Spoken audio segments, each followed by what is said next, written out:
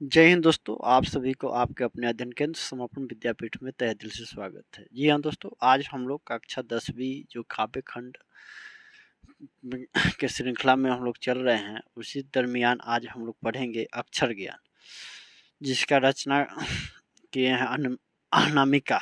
समझ ना, लेखकी है, कवियत्री है, समझ ना। अनामिका जी के बारे में हम लोग थोड़ा सा जानते हैं और समझने का प्रयत्न करते हैं कि आखिर इन्होंने अक्षर ज्ञान के माध्यम से हमें क्या बताने का प्रयत्न कर रहे हैं। समझ ना। समकालीन हिंदी अनामिका जी के बारे में चलिए। समकालीन हिंदी कविता में अपनी एक अलग पहचान रखने वाली कवियत्री अनामिका का जन्म अनामिका जी का जन्म 17 अगस्त 1961 ईस्वी में मुजफ्फरपुर बिहार में हुआ। बिहार के ही हैं, समझ ना। उनके पिता श्याम नंदन किशोर हिंदी के गीतकार और बिहार विश्वविद्यालय मुजफ्फरपुर में हिंदी विभाग के अध्यक्ष थे। अनामिका ने दिल्ली विश्वविद्यालय से अंग्रेजी में एमए किया और वहीं से पीएचडी की उपाधि पाई। समझ ना, दिल्ली से। संप्रति वे सत्यवती कॉलेज दिल्ली विश्वविद्यालय के अंग्रेजी विभाग में प्राध्यापिका है। समझ ना। और अनामिका कविता और गद्य लेखन में एक साथ सक्रिय है। वे हिंदी और अंग्रेजी दोनों में लिखती है।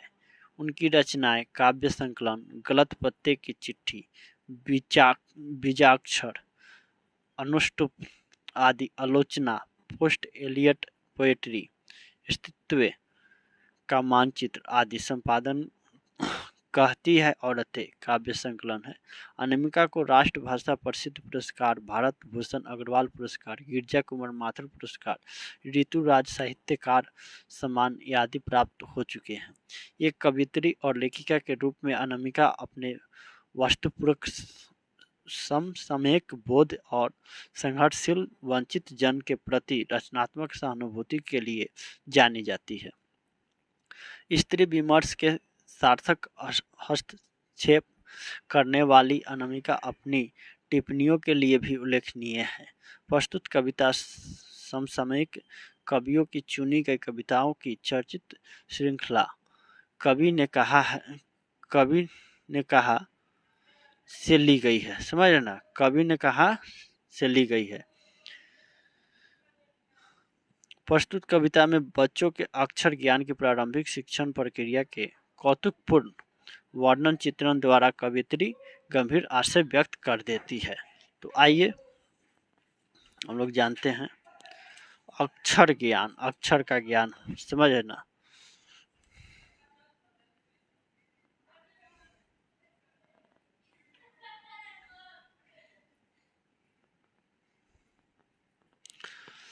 चौकट में नहीं अटता बेटे का कौ, कबूतर ही है ना, फुदक जाता है जरा सा, पंक्ति से उतर जाता है उसका खौ।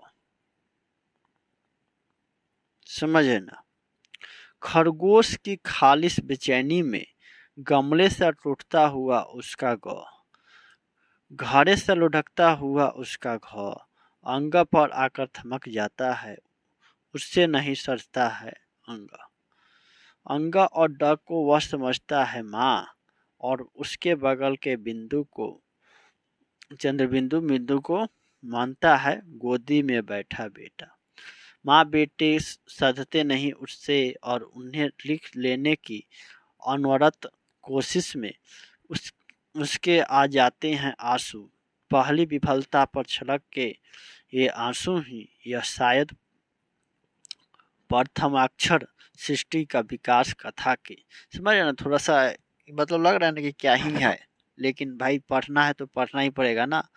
ये हम लोग का मतलब क्या बोलते हैं पाठ्यक्रम में शामिल है, तो हम लोग को पढ़ना ही होगा। पुनः मैं पढ़ता हूँ। चौकट में नहीं अटता बेटे का कौ, समझ ना, कबूतर ही है ना, फुदक जाता है जरा सा। समझ ना। तो इस पंक्ति में अनामिका कवियत्री कहती है बच्चों के अक्षर ज्ञान के बारे में कि जब माता पिता बच्चों के अक्षर सिखाना आरंभ करते हैं तब बाल्यावस्था के कारण बच्चा बड़ी कठिनाइयों से क वर्ण का उच्चारण करता है, समझ कर पाता है। क से कबूतर, ख से खरगोश, ग से गमला, ये सब समझ रहे हैं ना। ये तो आजकल का जमाना, पहले वो लोग वैसे पढ़ते थे, एक छड़ी पाई गोल बनाई पूंछ लटकाई क कहाई, ऐसे हम लोग पढ़ते उठते थे। हो सकता है आप लोग भी पढ़े होंगे। अब तो दूसरा है तरीका आ गया, अब टेक्नोलॉजी का भी जमाना आ गया, बात समझ रहे ना। पंकित से उतर जाता है उसका ख, पंकित मतलब लाइन से, समझ ना। खरगोश की खालिश बेचैनी में कमले से टूटता हुआ उसका ग, घड़े से लुढ़कता हुआ उसका घ, समझ ना। इसके बाद ख वर्ण की बारी आती है। क सीखने के बाद ख, इस प्रकार ग तथा घ वर्ण भी सीखता है बच्चा, लेकिन अबोधता के कारण बच्चों इन वर्णों को कर्म से नहीं बोल पाता है, नहीं लिख पाता है, समझ है ना। क के बाद कभी लिख देगा घ, कभी क के बाद ग लिख देगा, कभी कई बच्चे सही भी लिख देते हैं, ऐसा बात नहीं है कि वे, समझ ना। इन वर्णों को कर्म से नहीं बोल पाता, समझ ना। क खा ग ऐसे भी लोग पढ़ देते हैं। क ख अभी ना हम लोग सही पढ़ रहे हैं, लेकिन उस दौर को हम लोग याद करें। कभी क कहना भूल जाता तो कभी ख। तात्पर्य यह है कि व्यक्ति को प्रारंभिक जीवन सही गलत के बीच झूलता रहता है, समझ ना। गलत सही के बीच में झूलते झूलते रहता है। जैसे क ख ग घ के सही ज्ञान के लिए बेचैन रहता है, समझ ना। उस समय रहता है कि ये चलो याद हो जाएगा तो हम लोग का ये हो जाएगा, पिटाएंगे नहीं, डर से भी कुछ कुछ याद करना पड़ता है, समझ ना। कुछ लालच मिलता है, फुसलाया जाता है कि ये बताने पर, ये सही से बता दोगे तो आपको ये दिया जाएगा, समझ ना। अंगा पर आकर थमक जाता है, उससे नहीं सधता है अंगा, समझ ना। अंगा के डा को वह समझता है माँ, और उसके बगल के को मानता है गोदी में बैठा बेटा, समझ ना। कवित्री कहती है कि अक्षर ज्ञान की प्रारंभिक शिक्षा पाने वाला बच्चा क वर्ग के पंचमा अक्षर वर्ण अंग क, ट वर्ग तथा अंग तथा अनुस्वार वर्ण को गोदी में बैठा बेटा मान लेता है, और बच्चों को लगता है कि वर्ण के आगे अनुस्वार लगाने के कारण अंग वर्ण बन गया है, समझ। ड से डमरू एक होता है, और अंग से कुछ ना, हम लोग पढ़ते उड़ते थे ना, तो ये बन गया है, समझ ना।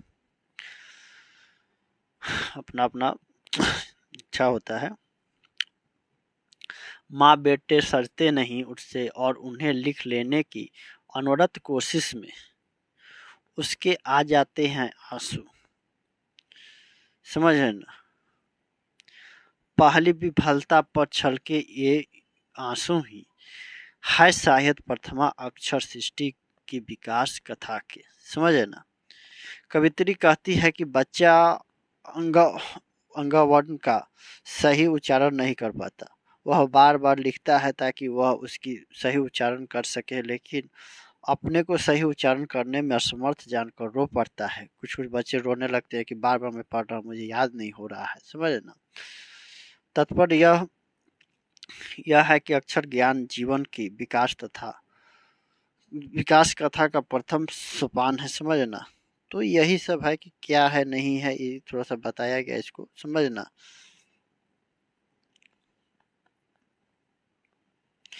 कविता में क का विवरण स्पष्ट कीजिए। प्रस्तुत कविता में कवित्री छोटे बालक द्वारा प्रारंभिक अक्षर बोध को साकार रूप में चित्रित करते हुए कहती है कि क को लिखने में अभ्यास पुस्तिका का चौखट, समझ ना, चौखट छोटा पड़ जाता है। अभ्यास का जो चौखट होता है दहलीज, वो छोटा पड़ जाता है।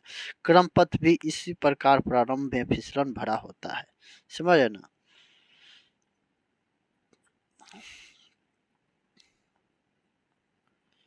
तो यही है।